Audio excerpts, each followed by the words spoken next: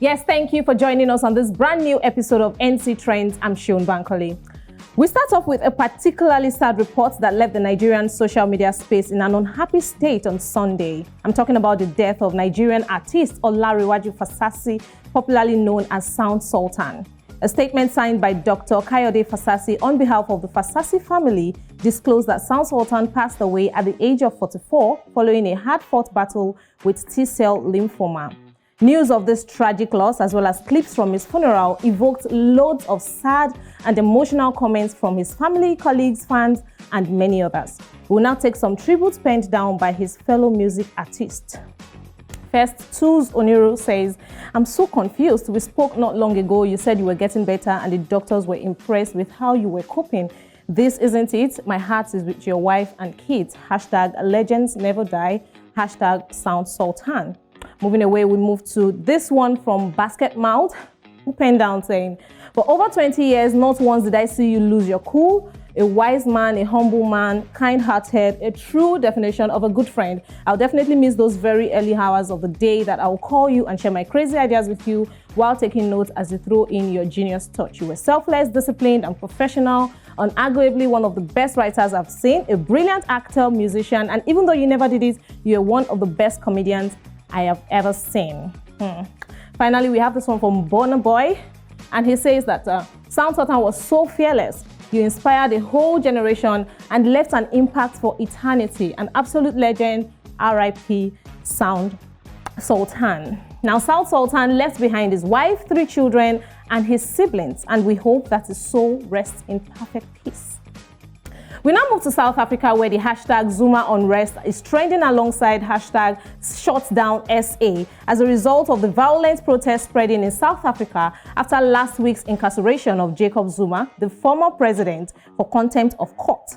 The 79-year-old handed himself to the police last week to begin his 15-month sentence, but the case has sparked an unprecedented legal drama in South Africa, which has never seen a former president jailed before.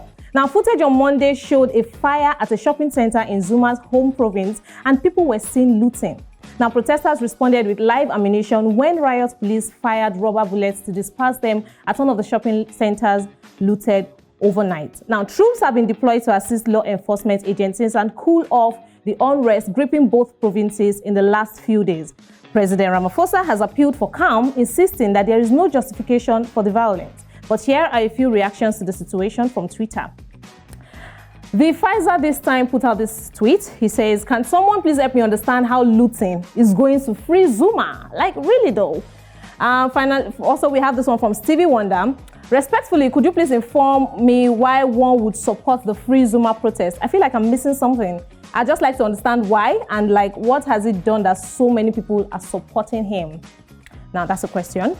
Also, Libohang Motlong says, "This is not about Zuma anymore. It is South African people expressing their anger through the Free Zuma protest. We've been through so much in the past year having to deal with COVID-19, being locked down, losing jobs, losing businesses, losing loved ones, poverty, and more. Hashtag Free Zuma." Now that's our own excuse as to why people are looting and protesting in connection with Zuma's incarceration.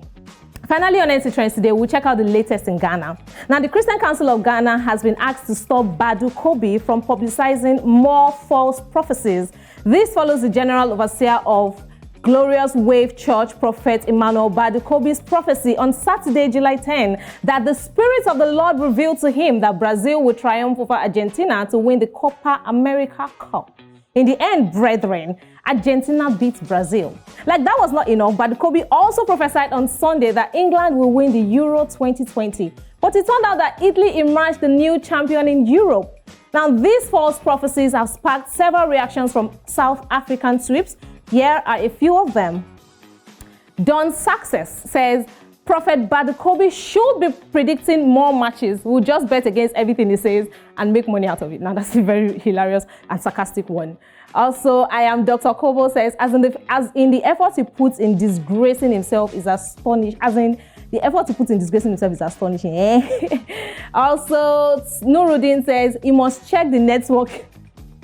He must check the network he uses to communicate with God. Sometimes poor connections can make you hear what God has not said. You heard it there. All right, there you have it today on NC Trends. Remember to follow us on all our social media platforms at News Central TV and subscribe on YouTube for more social media trends. Thanks for watching. I'm Seun Bankole. Let's get back for the rest of the news on NC Continental Prime.